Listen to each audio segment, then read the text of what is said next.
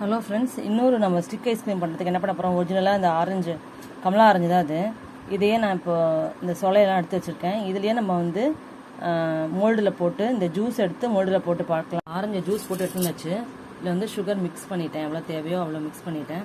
இப்போ இந்த மோல்டில் ஊற்றிட்டு ஃப்ரீசருக்குள்ளே வைக்க முடியாது இந்த கேப் போட்டால். ஏன்னா ஃப்ரீசருக்குள்ளே அது இந்த டாப் இடிக்குது. அதனால நம்ம சாதாரண அந்த ப்ராஜெக்ட் செய்வோம்ல குச்சி, அதை வச்சு தான் நம்ம க்ளோஸ் பண்ண போகிறோம். இந்த மோல்டில் முதல்ல ஊற்றிக்கலாம்.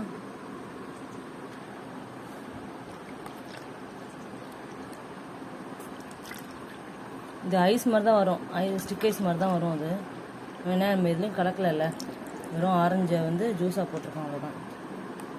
உள்ளே ஊற்ற முடியாது. ஓகே, இது என்ன பண்ண போகிறோம்? நம்ம க்ளோஸ் பண்ணுறதுக்கு தான் இப்போது. இது பாருங்கள், இன்னும் கொஞ்ச நேரம் இருக்கணும்னு நினைக்கிறேன். இப்படி தான் வந்திருக்கு. இன்னும் கொஞ்ச நேரம் வச்சுருந்தா நான் சரியாக இருந்திருக்கும். வச்சுட்டு பார்க்கலாமா? பாருங்கள், இது ஓகே. இன்னும் கொஞ்ச நேரம் வச்சுட்டு பார்க்கலாமா? இந்த ஆரஞ்சில் பண்ணது, கமலா ஆரஞ்சில் பண்ணது நான் வெளில எடுத்துட்டேன். இந்த பிளெயின் வாட்டரில் வச்சுருக்கேன் கொஞ்சம் நேரம். ஏன்னா எடுக்கணும்ல, அதனால டைட்டாக இருக்குது, எடுக்க வரல. கொஞ்ச நேரம் கழிச்சு நம்ம எடுத்து பார்க்கலாம்.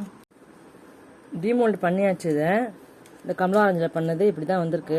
குச்சி ஐஸ் செஞ்சு பாருங்கள். பிடிச்சிருந்தா ஒரு லைக் போட்டு சப்ஸ்கிரைப் பண்ணுங்கள்.